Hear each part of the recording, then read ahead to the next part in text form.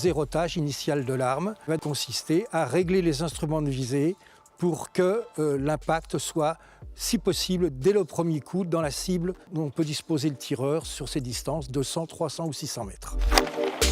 On se sert d'une astuce balistique pour laquelle, si on place une cible un peu plus près que ces distances de 200, 300 et 600 mètres, on va pouvoir calculer et régler l'arme relativement rapidement.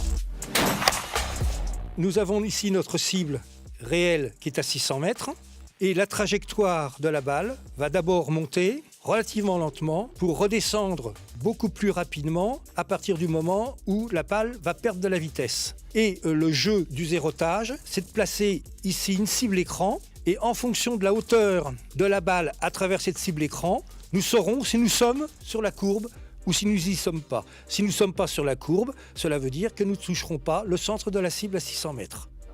Alors pour régler cette arme, on va se servir de notre fameuse échelle et on va corriger sur les instruments de visée en fonction de la distance considérée. Si par exemple le tir est trop haut, on va faire descendre le tir pour que ça corresponde à l'échelle considérée. Si par exemple il a tiré à 600 mètres et qu'il veut tirer à 300 mètres et qu'il ne sait pas comment régler son arme ou qu'il n'a pas de carnet de mémorisation ou de carnet de tir, on va simplement le faire tirer sur cette échelle et il va descendre son tir jusqu'à ce qu'il corresponde à l'échelle voulue. Et selon la position de l'impact, on peut prédire à coup sûr où sera l'impact à ces différentes distances, 200, 300, 600. Si on règle correctement les instruments de visée sur cette bulle noire, l'impact va se trouver à la distance graduée sur cette échelle de 200, 300 ou 600 mètres, qui sont des distances qui vont monter progressivement pour tenir compte de la courbe balistique de la balle. Alors ça va se passer de la manière suivante.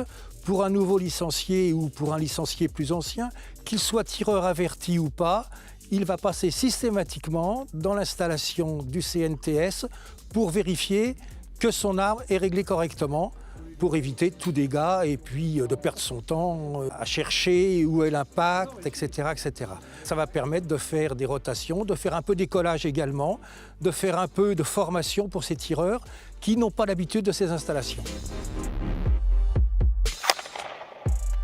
On peut toujours arriver à avoir un tireur qui s'inscrit et qui dit « oui, moi je suis réglé, je sais que mon arme, je suis un tireur confirmé ».